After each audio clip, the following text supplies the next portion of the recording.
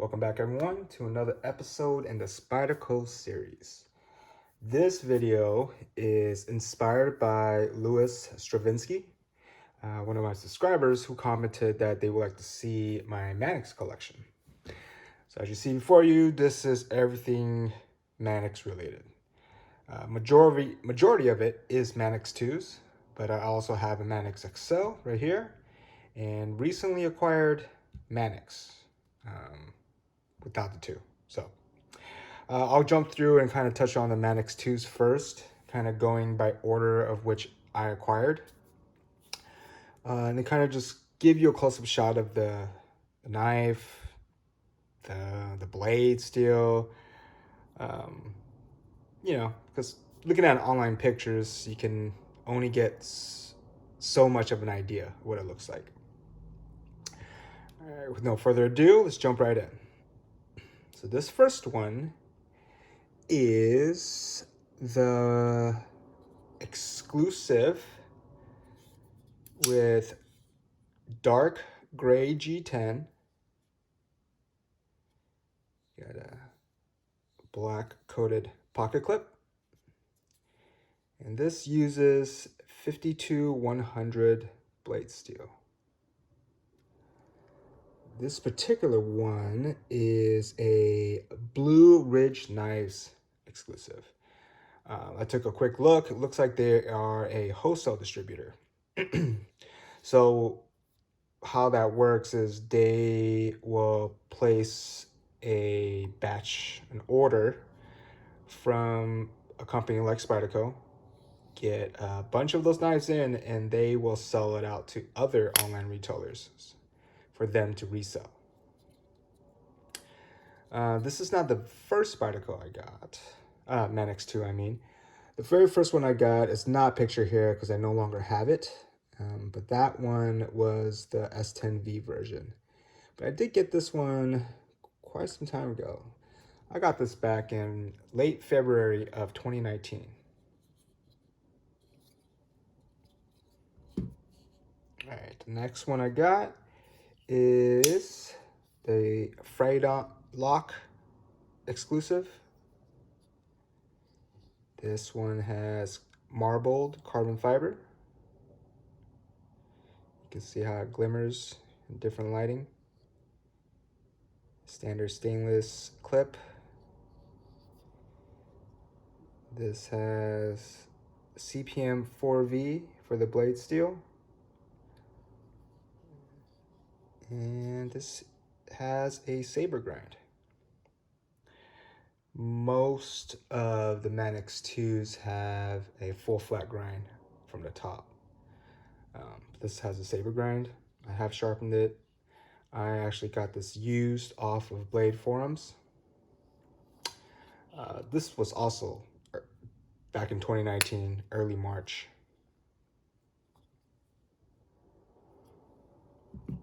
Alright.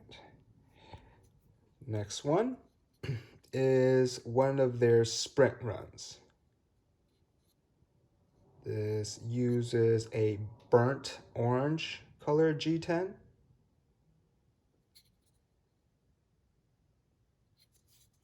It's got CPM Rex 45 blade steel. And you can tell this one's a full flat grind.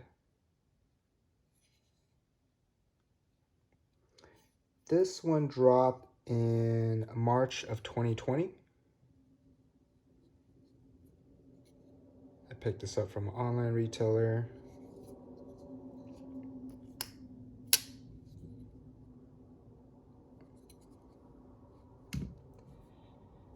Next one is a St. Nick's Knives exclusive. Uses red G10.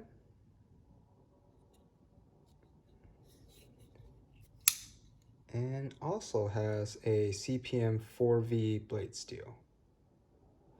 And it's DLC coated.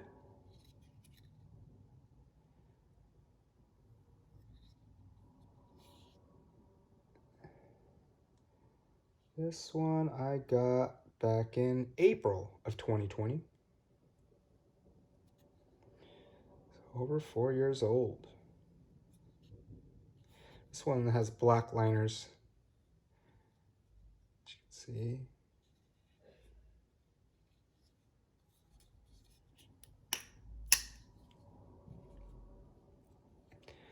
Next, we have the DLT Trading exclusive.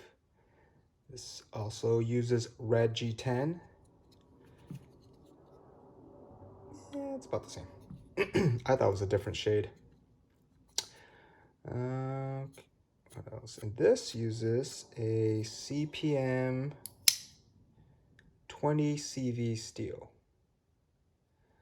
This is practically synonymous with CTS 204P as well as Bowler M390. Just a different company makes each of these steels. This is a Crucible Industries.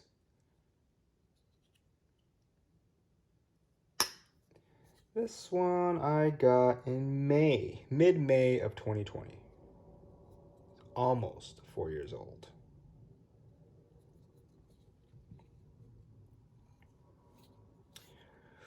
This is a sprint run from Spyderco. And let me see. I picked this up in 2021, June. Used on after secondary market. So not necessarily when it was manufactured. This was probably made quite a while ago. It's got black G10.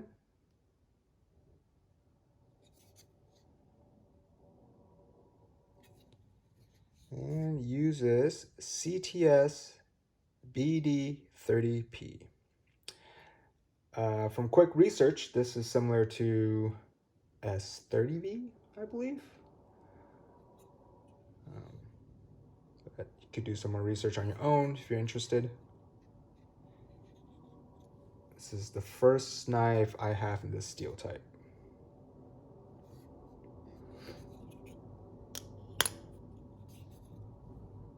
Let's move on to the next row. I've done a review, a full review on this one actually.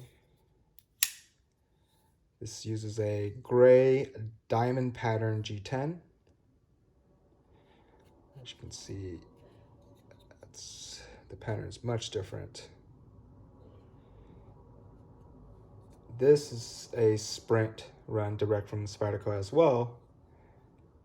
And I got this one also off the secondary. And this I picked up in February of 2021. So I should have looked at this one before that one. This one uses CPM Cruwear for the steel.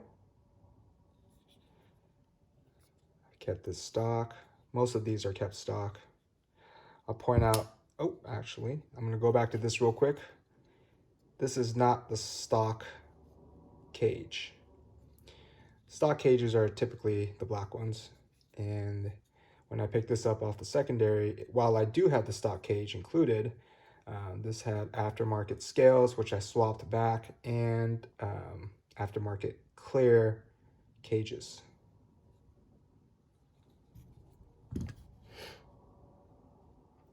Next up, we have the Knife Center exclusive. This I picked up in late March of 2022. This uses a smooth black G10. I don't know if you can hear that, but it is smooth as opposed to, can you hear the difference? Obviously feel it too.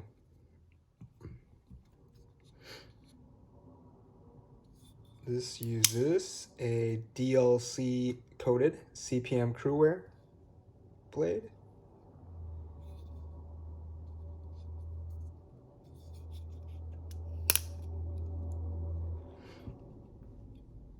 Next up, we have the River's Edge Cutlery exclusive. This uses olive drab green G10 or OD green G10.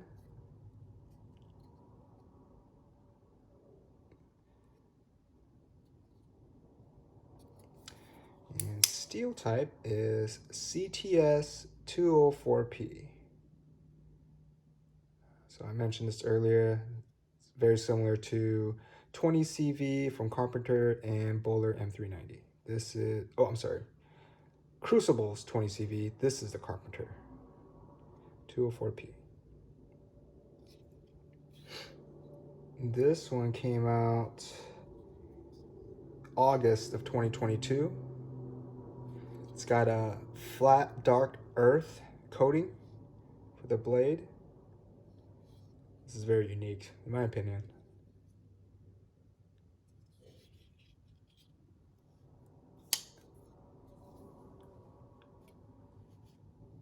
Next up, we have one I picked up December of 2022.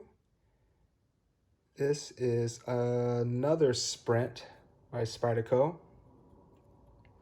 Uses brown G10.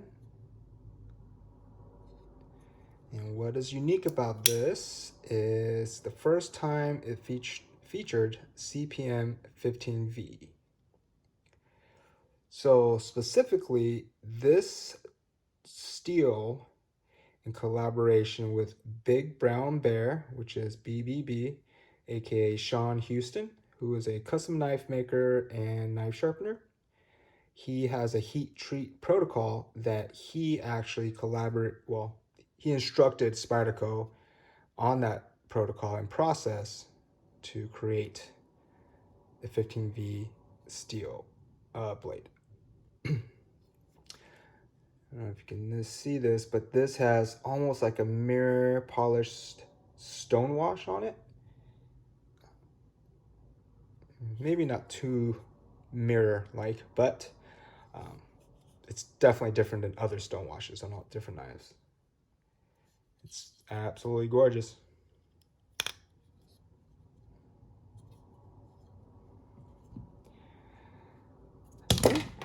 Jumping into some of my more recent acquisitions. This is the lightweight series, the lightweight salt series. It has yellow FRN, which is fiberglass reinforced nylon for the handles. I replaced the stock wire clip with a Lynch Northwest deep carry pocket clip. I like these a lot more, just feels more sturdy. This is titanium versus the wire clip, which is coated stainless steel.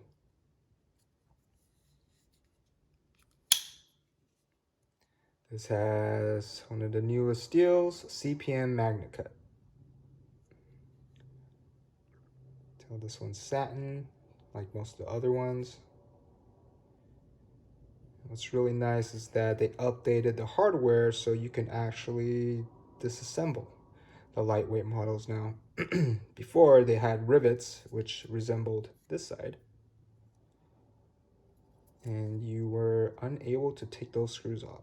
Well, you could, but piecing it back together became more of a challenge. So for the average user, that's probably not something that most people want to undertake. But with the new lightweight models, you can easily disassemble. For maintenance, swapping out things. I picked this one up recently, did an unboxing on it earlier this month, really. But this has been out for a bit. Next on the list, I believe this is a Sprint, and everything here is stock. So while most of the other ones you saw had black cages, this one does come with a stock clear cage. Uses orange G10. And bringing it back to the basics, CPM S30V blade steel. You might notice that 033V, this is part of the Collectors Club that Spyderco offers or used to offer. That I'm unsure. But basically, if you sign up, they send you one of every knife they produce that year or a given period of time, and they'll laser etch your member number onto the blade. I picked these up on a secondary market on Blade Forums. I actually just got these today.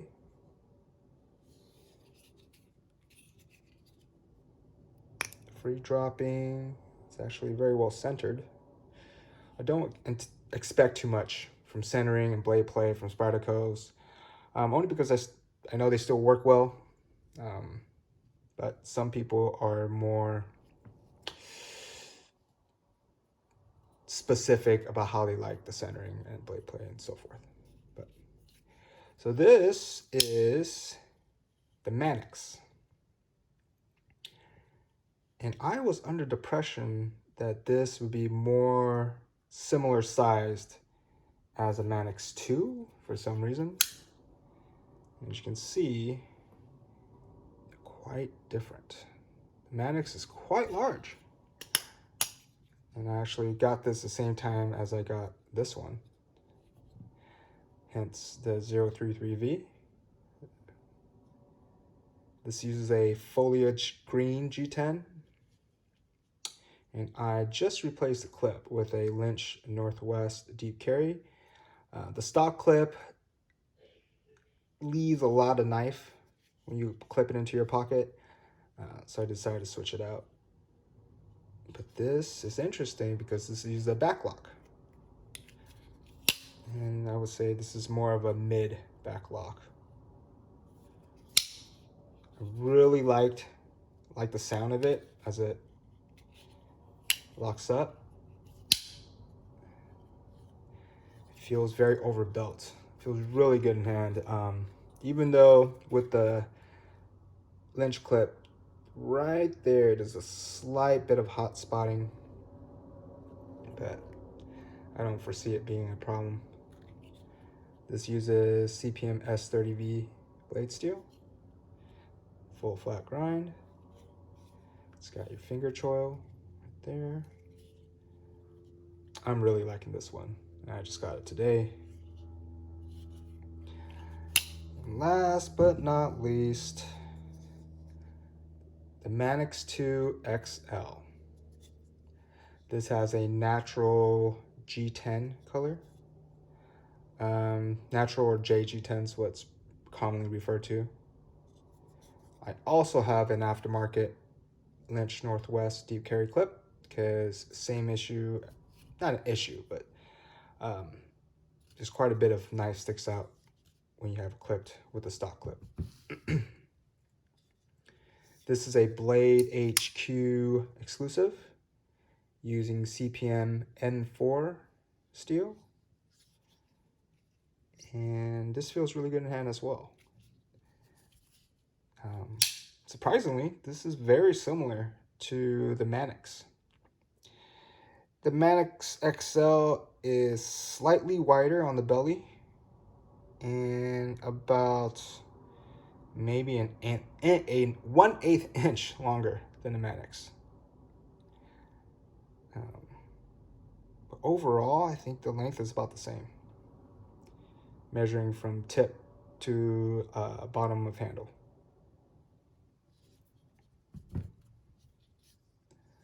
As you can see, CPM M4 being a tool steel, I've already got some patina starting to develop. I personally like the look of that, but you can also take that off, or at least majority of it off. You can flitz it. There's other materials, other chemicals you can use to get it off.